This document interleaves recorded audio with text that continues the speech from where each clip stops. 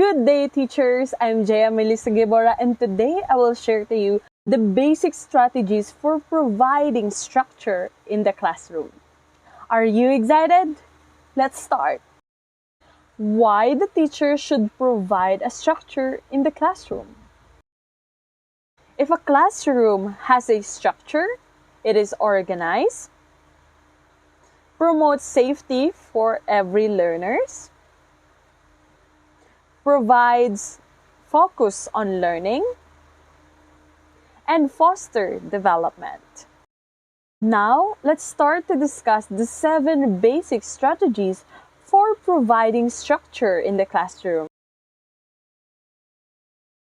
First, start on day 1, your first day. First day in handling a classroom, you should already prepare your list of do's and don'ts, or at least you already know or you are aware what you don't want and you wanted, so that students are aware what to avoid and what to comply. Like, for example, you want them to respect one another, to listen to each other, or you want them to be engaging, participative, or cooperative in your class. And you don't want them to be late in your class and on the submissions. You don't want cheating. You don't want a chit chat when you are discussing. You want a full focus when you are teaching, and you don't want them to use their gadgets while on class. Let them know. Second, on that first day, you will also discuss your expectations. Like, for example, you are handling a grade 10 students. So you will know what kind of expectations you will set according to their strengths and weaknesses.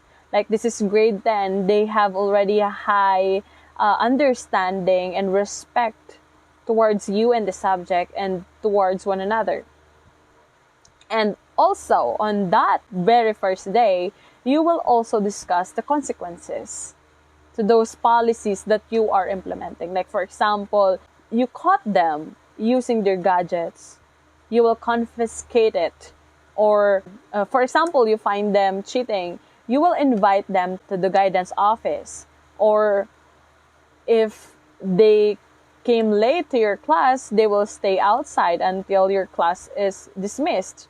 Or if they submit their assignments late or projects, they will receive deductions. It is important that they are aware of the consequences, your expectations, and your house rules, so they really know how to behave, how to act, and how to comply. Alright?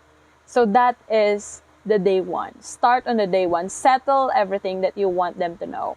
Second basic strategy is set expectations high, because we want quality and competent students.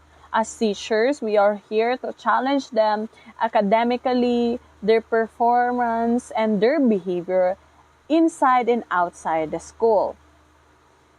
In setting expectations, we have different expectations individually and by group, because there are individual tasks and group tasks, and they are different in terms of performance and strengths when they are together and when they are not.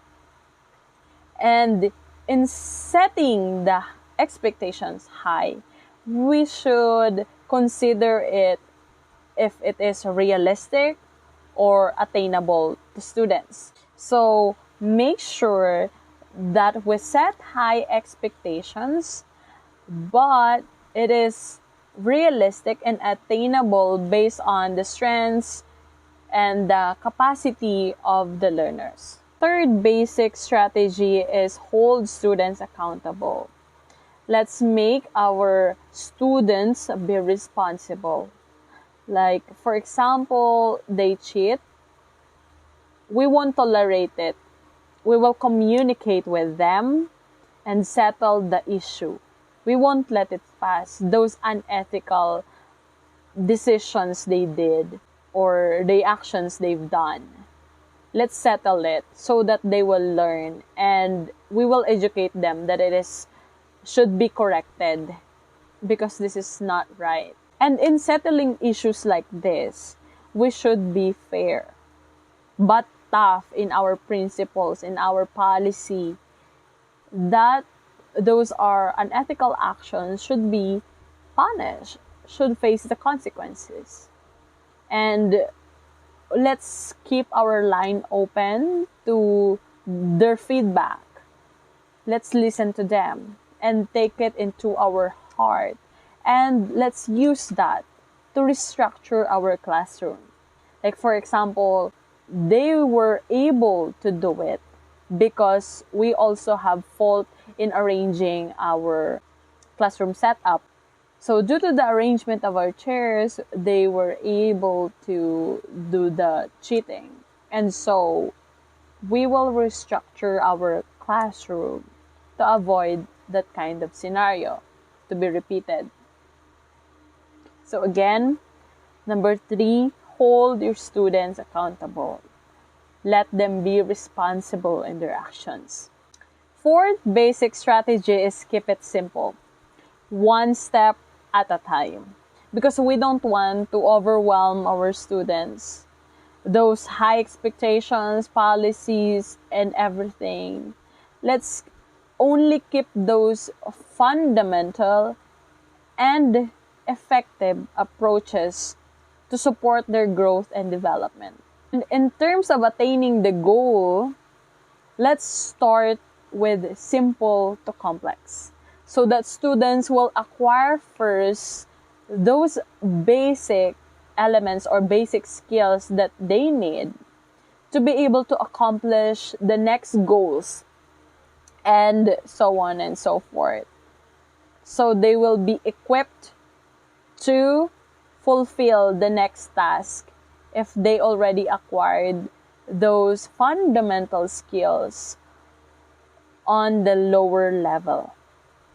We want to keep it simple because we don't want students to feel demotivated, because we all know what's the feeling of achieving something, right? And we want to give it to students. Let them experience the success, and so that it will build their confidence to continue and empower them. 5th basic strategy is be prepared to adjust. As educators, we should be flexible because we all know that our students are diverse. They have different skills, talents, level of intelligence, their behavior, their personality, their attitude, their needs, of course. So in setting our rules, expectations, and the arrangement of our classroom should be adjusted according to their need. Like, for examples, we have average learners and advanced learners. So we should know how to adjust our expectations accordingly based on their capacity. The 6th basic strategy is do not be hypocritical. What does it mean? Become a role model. So you practice what you preach. Like, if we go back to the house rules where you orient your students, your do's and don'ts, right? Then you should practice them as well. Like, for example, you don't want them to become late in your class. So what will you do? Of course, you will show them that you are really committed to your rules and you are responsible to that.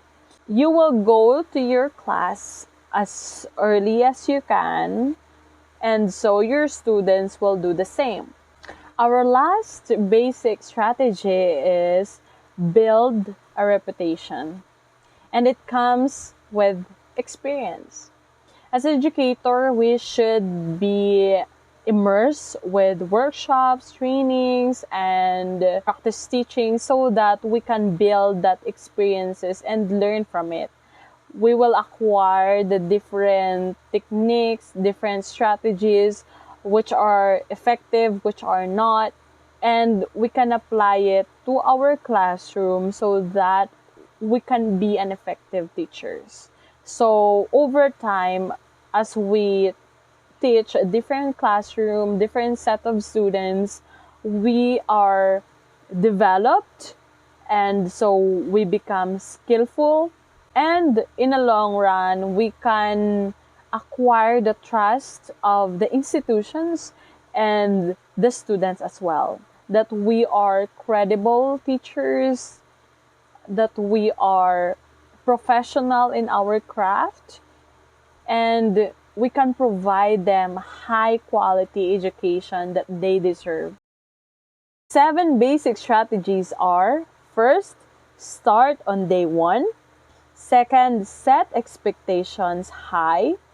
Third, hold students accountable. Fourth, keep it simple. Fifth, be prepared to adjust. Sixth, do not be hypocritical. 7, build a reputation. So I hope you guys learned a lot from this video. I am Jea Melissa Gebora, and I am leaving you with a quote that a classroom with structure is a classroom of success. Thank you.